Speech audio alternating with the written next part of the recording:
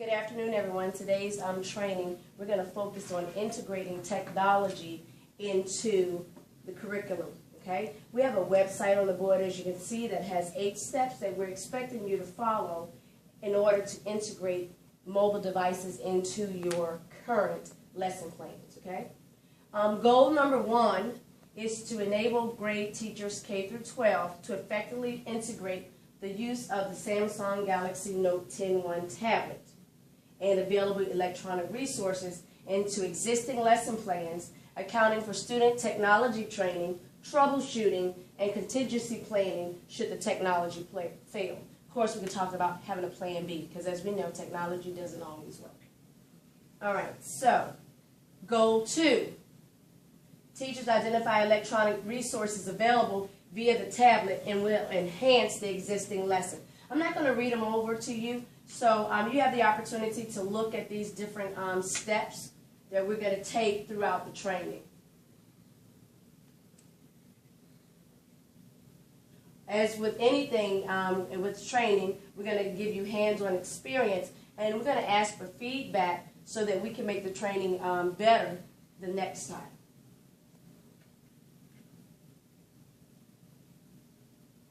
There's certain behaviors that we're expecting to be modeled while we're doing this training. Okay? So step 1, I'm going to ask that you go through your lesson plans and select an existing lesson plan that could be enhanced with the use of technology.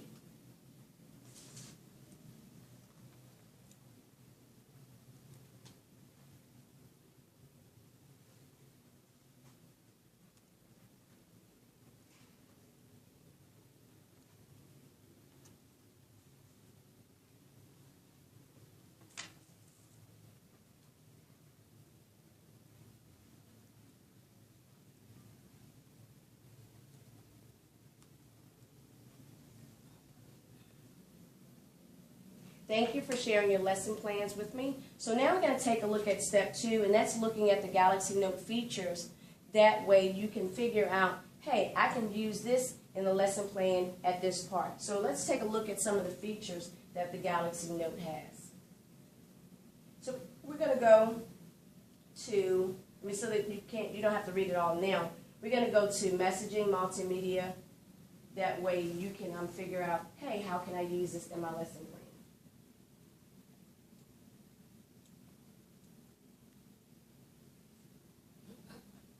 So if you don't mind, can you take a look? I'm going to put a furley on the board. Can you take a look at the Galaxy Sam Note manual and see how you would like to use it? It's on your screen if you take a look at it. Can you think of any ways that you might be able to incorporate one of the features into your lesson? If you do, raise your hand and let me know.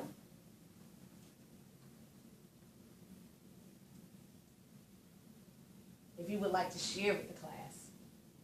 So here are some of the sections in the program, the applications.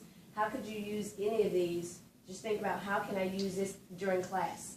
I would like the kids to use the presentation features, okay, so that they can show what they know by presenting something that they created based on what they've learned. Okay. So I think they can pull that into our lessons and make it more real to the kids. That's the way to synthesize information, is like show what you know. And going off of that, with the camera and video, letting them use that to say what they know, like maybe act out, like if you do plays, or just to give out knowledge. Like there's little apps and stuff to use for that. Okay. I think we can use the messenger feature to help students stay more on task instead of having off-task conversation. If they were typing notes back and forth to each other, then the teacher can track what each person is saying rather than having a few students share in the time that you have. Yes. Great. Those are great ideas.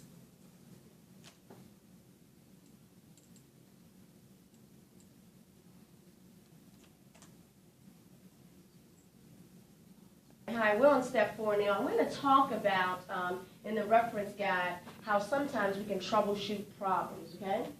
with the systems and how to restore it, resetting the Wi-Fi router. So let's look at resetting the Wi-Fi routers. Okay, sometimes we might lose connection. And so I would like it if you would go to your settings feature on your tablet or your computer.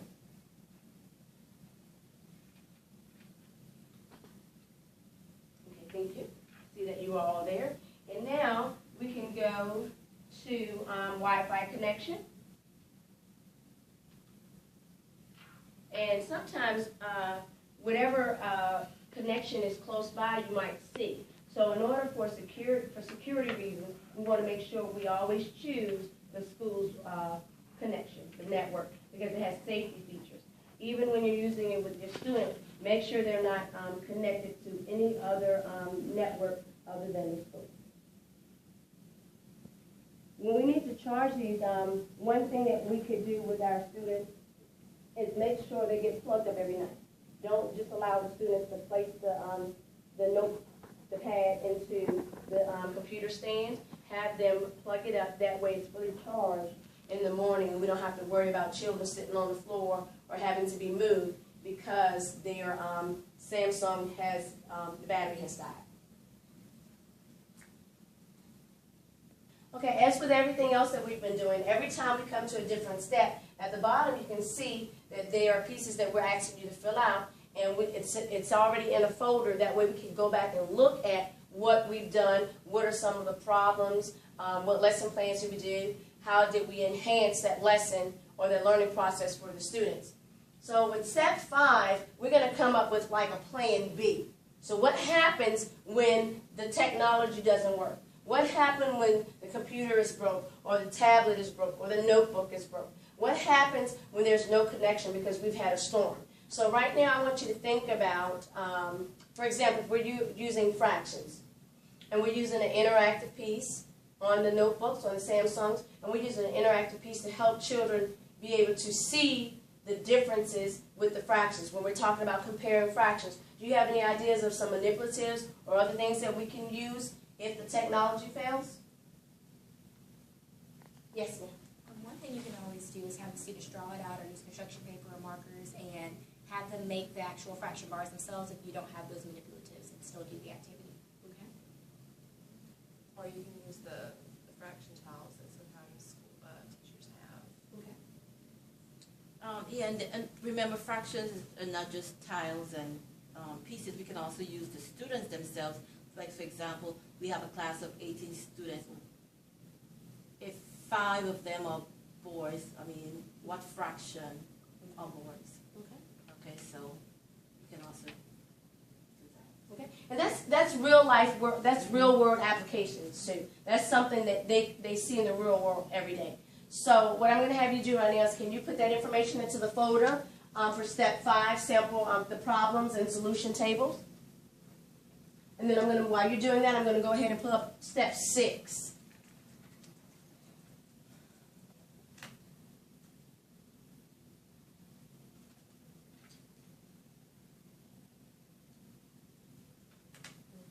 All right, thank you.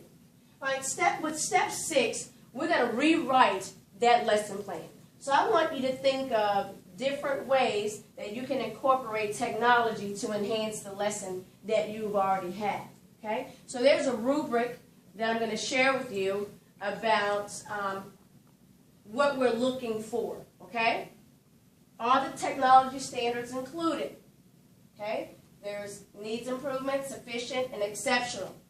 Is the timing of the lesson adjusted to allow for technology pre-training? Because if our students have never used this before, how can we just give it to them and expect them to go through it? So we need to think about the pre-training, if necessary, for the lesson. Are technology pre-training instructions provided prior to instruction? And is there a plan B provided for individuals or the class just in case technology fails? And are all added components clear and flow within that established lesson? So these are the things that we're looking for when you revise your lesson plan. So I'm going to give you about 5 minutes to go ahead, 5 to 10 minutes to go ahead and look and try to enhance that lesson in one way. Thank you.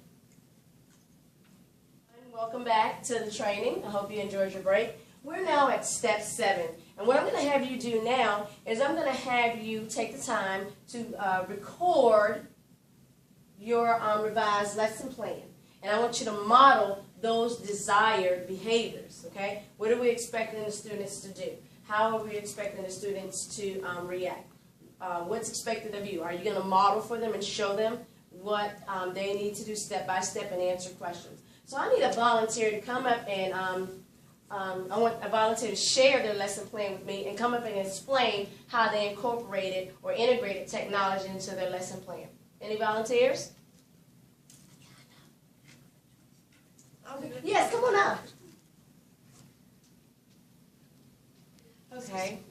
So one way that I integrated technology into my lesson plan was sharing this URL with my class that had Aesop fables, because we're comparing and contrasting stories. So they can read and listen to the story for the differentiation for the ones that have a hard time reading. And they have to use a piece of paper and do a Venn diagram and compare and contrast the two stories. And then also integrated in math with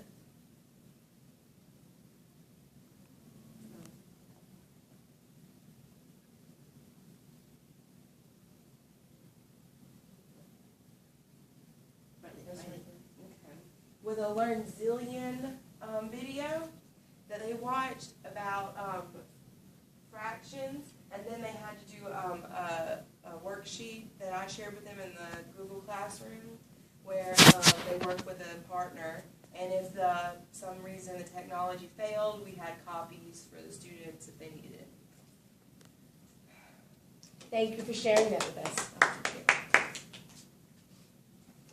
All right, thank you, everyone. We're now on step 8. And so the objective here is to review the lesson plan, the video, and feedback, and identify successes and areas for improvement in a written reflection. So I'm going to ask that you give me feedback. Let me know what worked well and what didn't. Identify the success that you had with the process, and if there are any improvements needed for the future. I'm asking that you share your reflection in that Google shared folder that we have, and then take a moment to do the exit survey so that we can better prepare this distant learning program. Thank you for your attendance. All right, just a reminder before we leave, when you look at the different steps, please remember that at the bottom there are links for any of the worksheets or activity pieces or the rubrics that will help you better understand what's expected from this step. Thank you and have a great day.